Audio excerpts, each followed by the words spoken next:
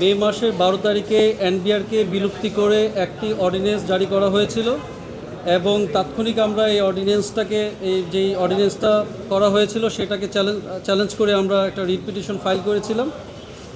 আজকে ওই রিট পিটিশনটা প্রায় 1 মাস পর আমাদের আজকে এটা হিয়ারিং লিস্টে এসে আমরা হিয়ারিং করেছি। গভর্নমেন্টের পক্ষে ছিলেন আমাদের অ্যাটর্নি মহোদয় স্যার ছিলেন, আমি ছিলাম পিটিশনার হিসেবে নিজেই ছিলাম। আজকে দীর্ঘক্ষণ শুনানি শেষে আমার সাবমিশন ছিল যেহেতু এই অর্ডিন্যান্সটা এখানে আপনি দেখবেন যে অর্ডিন্যান্সের মধ্যে অর্ডার 10-এ আইন প্রণয়নের ক্ষমতা যেহেতু আমলাদেরকে দেওয়া হয়েছে, ব্যুরোক্রেটদের হাতে দেওয়া হয়েছে, সুতরাং এই বাংলাদেশের অন্য কোনো আইনে কোথাও বিধি প্রণয়নের ক্ষমতা লেজিসলেটিভ পাওয়ার কোনো আইনে ব্যুরোক্রেটদের হাতে দেওয়া হয়নি। শুধু এই আইনেই ব্যুরোক্রেটদের হাতে, আমলাদের হাতে বিধি প্রণয়নের ক্ষমতা, আইন প্রণয়নের ক্ষমতা দিয়ে দেওয়া হয়েছিল, যাতে এই বিষয়টা আমরা কোর্টে নলেজে নিয়ে আসলাম।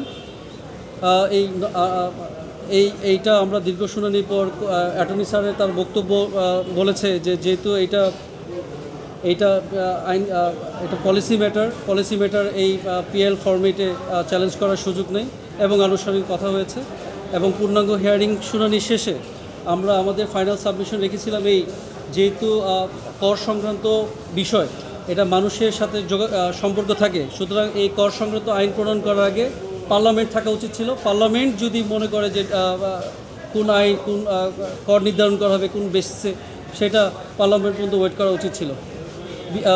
পূর্ণাঙ্গ শুনানি শেষে কোর্ট আজকে আমাদের পয়েন্ট অফ ভিউ যখন দেখলাম যে কোর্ট আসলে রুল ইস্যু করার মতো আমাদের সাবমিশনে হয়তো অনেক গ্যাপ ছিল, তারপর আমরা আমাদের পূর্বের দাখিলীয় পিটিশনটা আমরা নট প্লেস করে নিয়েছি।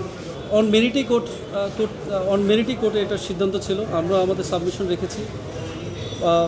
এই তো আমার কাছে তাই মনে হচ্ছে না এটা পলিসি ম্যাটার না। আইন কখনো পলিসি হয় না। আইন যখন আইন হয়ে যায়, যখন কোনো আইন মানুষের মৌলিক অধিকারের সাথে, সংবিধানের সাথে সাংঘর্ষিক হয়, তখন ওই আইনটা চ্যালেঞ্জ করার ইখতিয়ার সবারই থাকে, আপনার আমার সবারই থাকে।